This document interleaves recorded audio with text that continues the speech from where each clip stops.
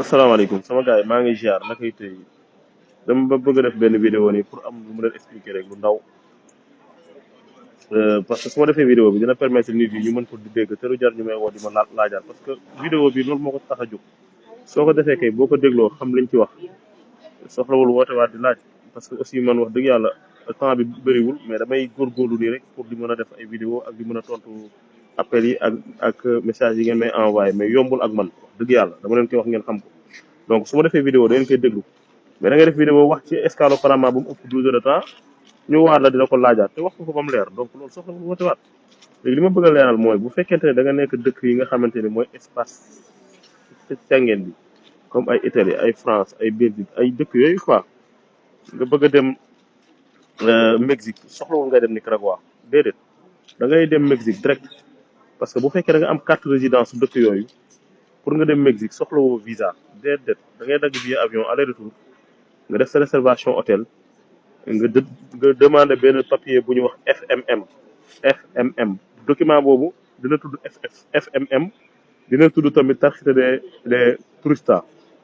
document la boo xam ne migration Mexique ñoo la ko koy jox da nga koy demandé mais day fekk jënd billet bi parce que détail yu billet bi daf ci nekk détail yu réservation hôtel bi daf ci nekk da nga koy demandé ñu jox la ko automatiquement donc mën nga dem Mexique sans pour autant nga soxla visa bu fekkee da nga yor carte résidence yu dëkk yooyu leer na. beneen bi mooy bu fekkee da nga nekk ay Turquie wala affaire yooyu pour nga dem Nicaragua soxlawul rek nga ni par force Panama laa war a escale non non bu fekkee passeport sénégalais nga yor mën nga escale Madrid mën na nekk parce que sénégalais Espagne du ko laaj visa transit mais bu fekkee nag ay passeport guinéen wala malien wala Gambie yooyu da ngay soxla visa transit pour transiter Espagne mais bu fekkente ne passeport sénégalais nga yor mën nga transiter Espagne. mais ku yor passeport sénégalais aussi mënut a transiter ay Portugal mënut a transiter ay France na leer donc mën nga jógee Turquie Istanbul nga escale Madrid jógee Madrid dem San Juan jógee San Juan dem Salvador jógee Salvador dem Nicaragua mën na nekk San Juan duñu la laaj dara côté boobu ñaari dëkk ñoo fay laaj benn genre document muy dëkk bu tudd Aruba ak beneen dëkk bu tudd Curacao